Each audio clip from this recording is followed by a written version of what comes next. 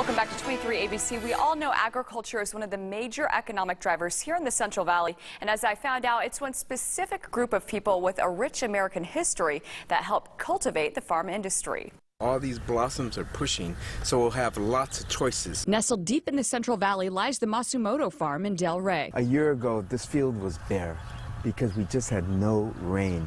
And what little weeds that grew, they were very, very weak. But this 80-acre stretch is looking lush this year and is not your typical ag land. We've been organic for 30, 40 years now. It was a risk for my parents because organic was crazy, something wild. The Masumoto farm is one that spans generations, originating back to the 1920s. In the early 1940s, Japanese Americans dominated California farming markets, owning more than 200,000 acres and accounting for 30% of the state's truck drivers.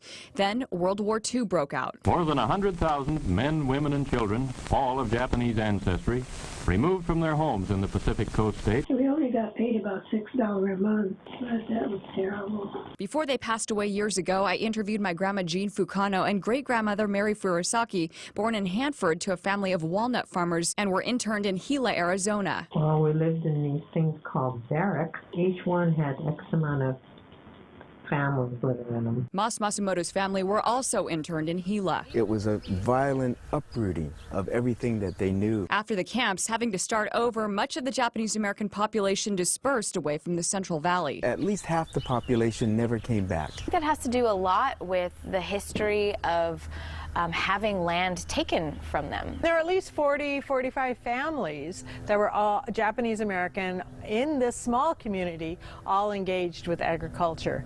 We are now the only ones left. Central Valley locals say there was never a true Nisei or second generation of farmers. The younger generation went off to college, got careers in suburban areas, and never came back. One exception was the Masumoto's daughter, Nikiko. I saw the significance of what my family was doing, particularly being organic, and what that meant in a global context. The Masumotos organically grow grapes, peaches, and nectarines, and it's family history that keeps this farm alive. What my parents went through because of the World War II relocation, compared to that, this work is really, really easy.